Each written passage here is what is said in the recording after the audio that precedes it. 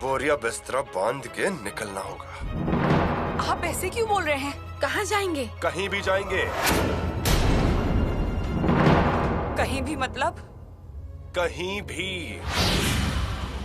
यातनाओं के स्वामी जिसे पसंद है उसके पास जाएंगे। ये क्या कह रहे हैं आप? युवराज, माफ कीजिएगा। आप पर कितनी भी तकलीफें आए, कितनी भी मुश्किलें आए, लेकिन हम हमेशा आपके साथ साए की तरह रहेंगे। लेकिन जिस वक्त आपके कदम स्वराज के विपक्ष में उठ जाएंगे, तो समझ लीजिएगा कि इस साए से आपका साथ छूट गया। एक बात ध्यान में रखिए यीशु, हम जो कोई फैसला लेंगे वो किसी सरफिरे ने भावना में आके लिया हुआ फैसला नहीं होगा। छत्रपति के बेटे ने और स्वराज्य के युवराज ने लिया हुआ निर्णय होगा। मतलब छत्रपति के आदेश का पालन होगा, यही समझे ना हम? कौन सा आदेश? आपके सज्जनगढ़ जाने का।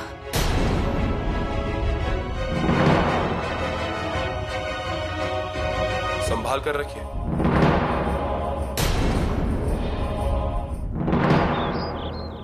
सोने का समय हो गया, फिर भी अभी तक सो नहीं रही है भवानी बाई। हाँ, हर वक्त पिताश्री चाहिए पास में। ठीक है, हम बैठे हैं। क्या बोले? कहानी बताऊं? बताता हूं कहानी। एक दिन हमारे राजपुत्र के मन में एक दुविधा पैदा हुई। राजपुत्र को एक आदेश आता है, उसे समझ नहीं आता कि आदेश का पालन किया जाए या ना किया जाए। अगर आदेश का पालन किया तो राजपुत्र की दुविधा बढ़ने वाली थी। और अगर पालन नहीं किया तो उनके पिताश्री के आदेश की अवहेलना हो जाएगी। और पिताश्री के आदेश को अनदेखा करना मतलब भगवान के आदेश को ना मानने जैसा होता है। राजपुत्र को समझ नहीं आ रहा था कि क्या करे, आदेश का पालन करे या ना करे। क्या तुम बोल रही हो? ठीक है, एक काम करते हैं। अगर तुमने ये वाली उंगली पकड़ी ना तो राजपुत्र आदेश का पालन नहीं करेंगे, और अगर दूसरी उंगली पकड़ी तो राजपुत्र आदेश का पालन करेंगे। बोलिए, पकड़िए पकड़िए, देखते कौन सी उंगली पकड़ते हैं। दाई उंगली मतलब आदेश का पालन नहीं करना है, और बाई उंगली का मतलब है आदेश का पालन करना है, पिताश्री के आदेश के अनुसार जाना है।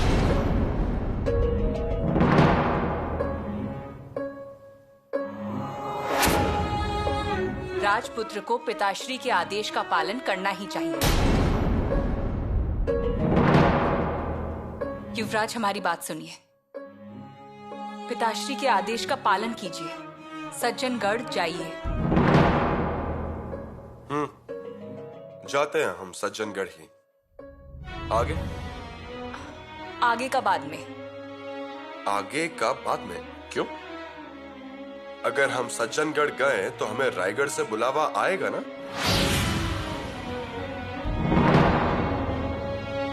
बुलावा आएगा ही ना? आएगा ही ना। योगाजी, आपको खुद की बातों पर विश्वास है क्या? बुलावा आना ही चाहिए ना। लेकिन आप कह रही हैं आएगा ही ना।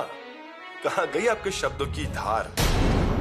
आप कुल मुख्तियार हैं, आपको साफ और स्पष्ट कहना चाहिए, लेकिन हमें यकीन है आप भी नहीं कह पाओगी, क्योंकि काल के पेट में क्या छुपा है किसी को नहीं पता।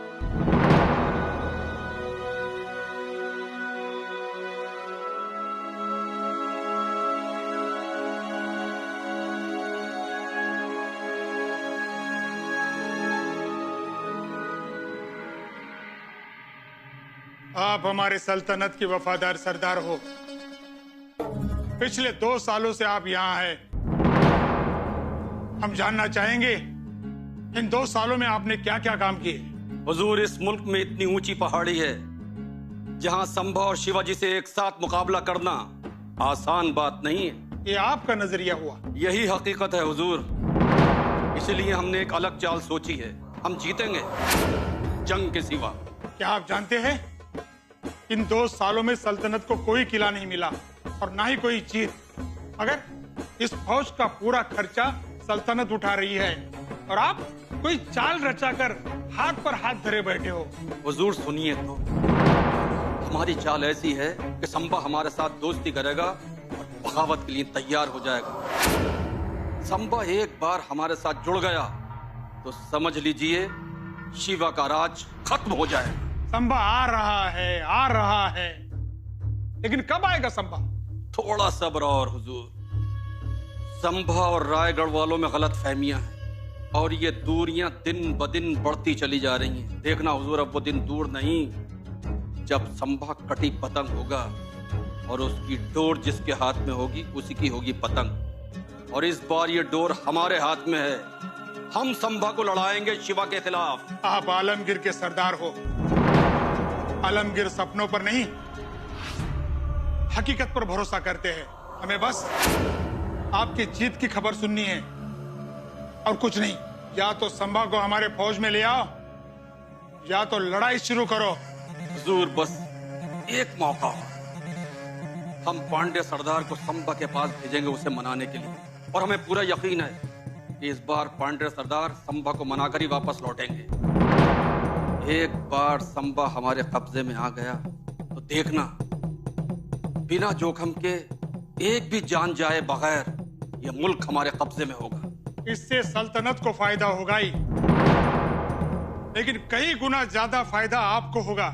वरना बादशाह सलामत अगर खफा हो गए तो अंजाम क्या होगा ये आप अच्छी तरह जानते हैं।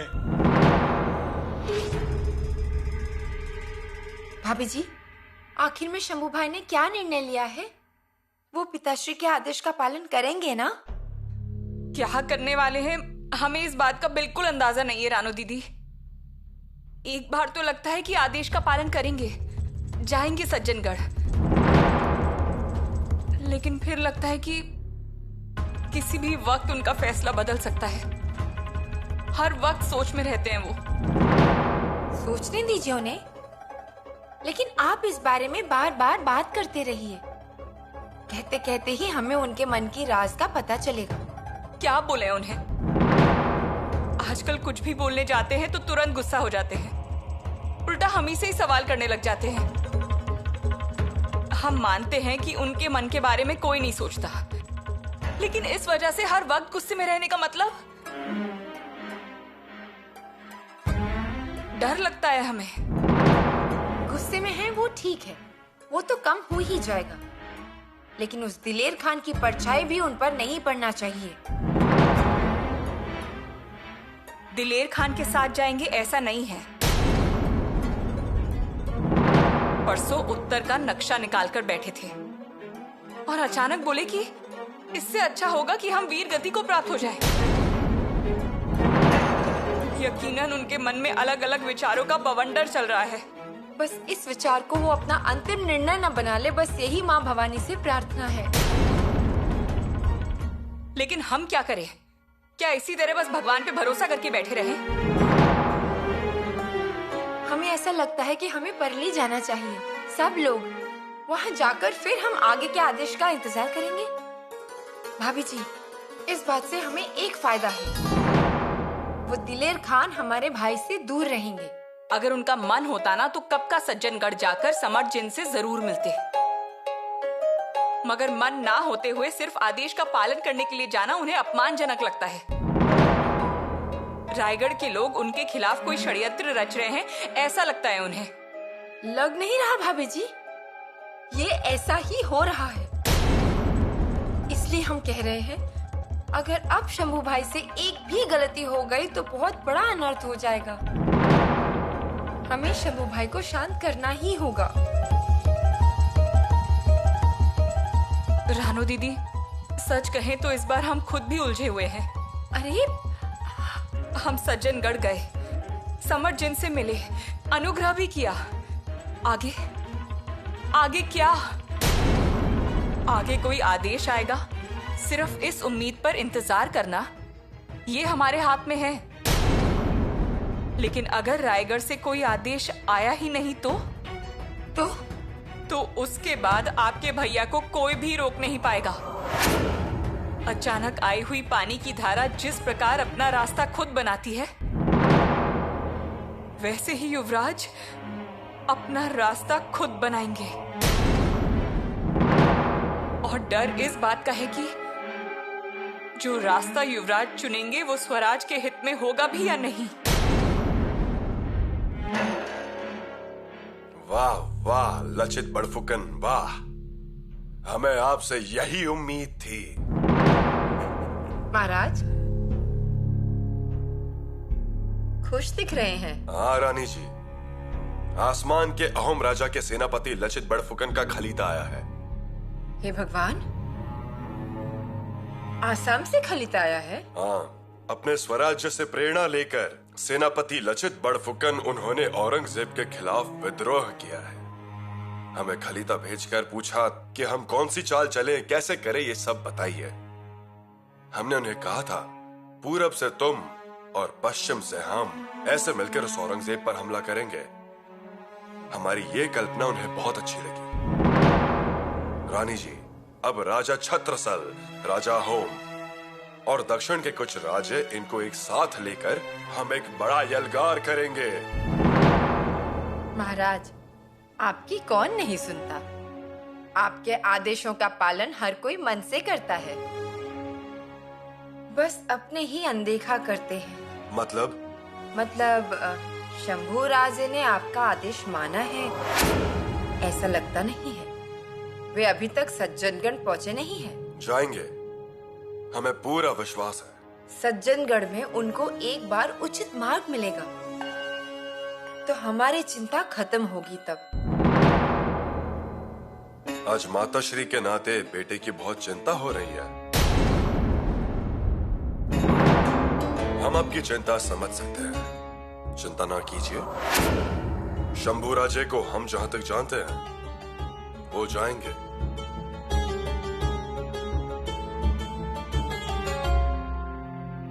क्या करें वही समझ नहीं आ रहा। युवराज, हम समझ सकते हैं, परंतु सज्जनगढ़ पर गए तो हार मान ली ऐसा लगेगा, और नहीं गए तो पिताश्री के आदेश की अवेल ना होगी। जी युवराज। और ये हमारे जीवन में पहली बार घटित होगा। कविराज, हम रास्ते पर से नहीं महाराज की विचारों से चलते हैं। क्या करें, जाएं कि ना जाएं? उस मलंग के पास जाकर उपदेश लेने से अच्छा है मुगलों से हाथ मिलाकर पराक्रम दिखाएं।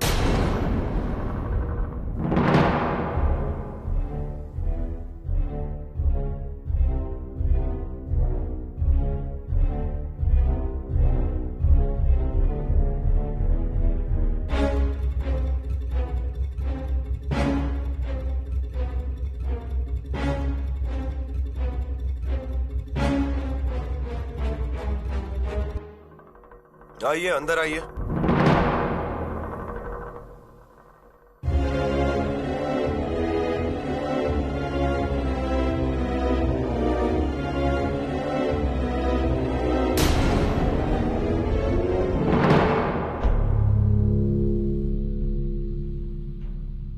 बैठिए। नहीं, मतलब आज का स्वागत ऐसे, और उस दिन वैसे ही। मुझे लगा आज भी भाला लगा देंगे गर्दन पर, इसलिए थोड़ा डर गया था। कैसा है पांड्रे सरदार, उस दिन भी आपके गले को भाला लगाने की जरूरत नहीं थी। हाँ। तुम्हारे गले को लगाने के लिए हमारे नाखून ही काफी है। नहीं डरिए मत, हम अपने पर हाथ नहीं उठाते। बैठिए, शांति से बैठिए। वैसे आने वाला नहीं था, लेकिन आया आपके फायदे के लिए, भले के लिए। अगर आपको ठीक लगे तो मानिए, नहीं तो मैं ऐसे ही गुड़ पानी पीकर निकल जाऊंगा, लेकिन गुस्सा मत होइए। जो बोलना है वो साफ साफ बोलिए। युवराज, अजीब कितने दिन हुए, कितना इंतजार कर रहे हैं दिलेर खान साहब आपका। अजय, आपके लिए उनके दिल में बहुत प्यार है, इसलिए इंतजार कर रहे हैं वो। आपको पराक्रम करने के लिए बहुत मौके मिलेंगे, बहुत प्रशंसा होगी आपकी वहाँ। यहाँ आपके हाथ पैर बंधे हुए हैं, ऊपर से आंखें होकर देख नहीं सकते, कान होकर सुन नहीं सकते और शेर होकर दहाड़ नहीं सकते। ऐसे में इज्जत कम हो जाती है ना आपकी। इसलिए कहता हूँ चलिए। अजी खान साहब ने गालीचा बिछाकर रखा है आपके स्वागत के लिए। बस!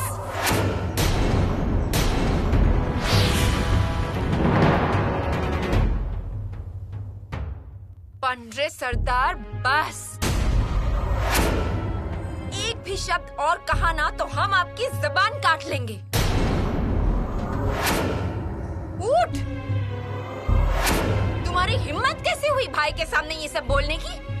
रानू दीदी। रुकिए शंभू भाई, हमें बोलने दीजिए।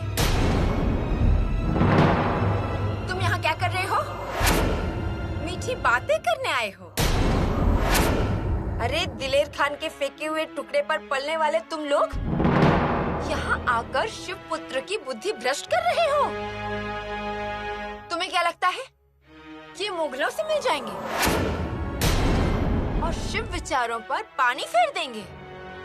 रानू दीदी। शंभू भाई, हमें ये आदमी यहाँ पर नहीं चाहिए, वरना फिर मत कहिएगा। पिछली बार हमारे भाई ने तुम्हारे गर्दन पर भाला लगाया था, इस बार हम भाला लगाकर रुकेंगे नहीं, आर पार करेंगे। निकलो। गलती हुई, माफ कीजिए, चलता हूँ।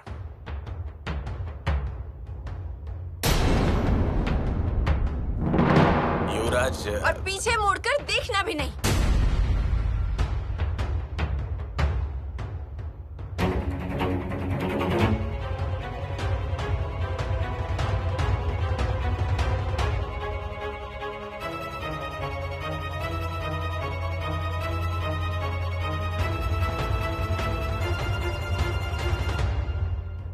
कविराज जी, आपसे अनुरोध है, आज के बाद इन लोगों को हमारे यहाँ आने पर प्रतिबंध लगाएं। रानू दीदी। हमने जो कहा वो आप कीजिए। जी। रानू दीदी, ये शोभा नहीं दिया आपको? क्या शोभा नहीं दिया? जिस प्रकार आपने पांड्रे को निकाला ना, वो तो आरती लेकर स्वागत करना चाहिए था उसका। उसकी हिम्मत कैसे होती है आपके सामने इस तरह बैठने की? वो संदेश लेकर आया था। पर शत्रु का? हाँ, शत्रु का। लेकिन आपका व्यवहार उचित नहीं था। और आप जो कर रहे हैं वो आपके मन को उचित लगता है कि नहीं, ये सोचकर देखिए।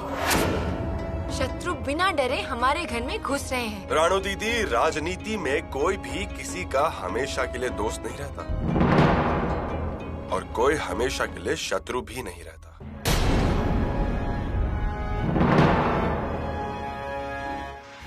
युवराज, क्या चल रहा है ये? क्या चल रहा है? हमारी बात हुई थी ना, हमने आपसे विनती की थी कि आप जल्द से जल्द सज्जनगढ़ पर जाइए।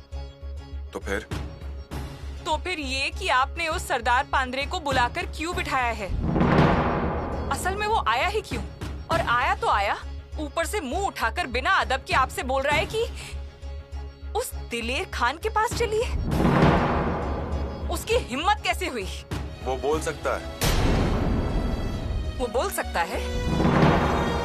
तो फिर तो वो पहले भी आया था, लेकिन उस वक्त आपने उसके गले पर भाला क्यों लगाया था? तभी हमें पिताश्री का खलीता नहीं आया था। तो क्या पिताश्री का खलीता आया ये बुरी बात है? आप इस राजनीति में ना पड़े तो अच्छा है। क्यों ना पड़े? स्वराज की कुल मुख्तियार हैं हम, और उससे पहले आपकी पत्नी है। हमें बोलने दीजिए। हम बहुत कुछ सुन चुके हैं, अब कुछ मत कहिए। हम आपसे कहेंगे। एक बात ध्यान रखिए, अगर पिताश्री के इस आदेश का पालन आप नहीं करेंगे तो रायगढ़ पर गलतफहमियां और बढ़ जाएंगी। हाँ, तो कब नहीं होती रायगढ़ पर गलतफहमियों की बात? अगर पिताश्री के आदेश का पालन नहीं किया तो ये बिल्कुल भी अच्छा नहीं दिखेगा युवराज। पिताश्री की समझ को धक्का लगेगा, और अगर आप जल्द से जल्द सज्जनगढ़ नहीं गए तो उस दिलेर खान के मन में आशाएं जाग जाएंगी। होने दीजिए, चलेगा। लेकिन आज उसने बस एक आदमी भेजा है कल पूरी पालकी भेजेगा। हमें सिर्फ इतना कहना है कि ये सब जल्द से जल्द रुक जाना चाहिए। देखिए, वो अब हमारे हाथ में है ही नहीं। आप ही के हाथों में है। अगर आप सज्जनगढ़ जाते हैं तो हम उस बारे में विचार कर रहे हैं। हम हाथ जोड़ते हैं हम आपके। ही हाथ जोड़ते हैं आप सभी को। हमारी बात सुनिए युवराज, हमारे लिए जाइए, इनकार मत कीजिए। हमने आज तक एक भी बात के लिए इनकार नहीं किया है। युवराज, इस बात से आप दुखी मत होइए। अगर पिताश्री ने कुछ कहा है तो वो कर दीजिए। हमारी इच्छा है। ठीक है, हम एक मौका देंगे, आखिरी मौका, हमें और हमारे नसीब को भी।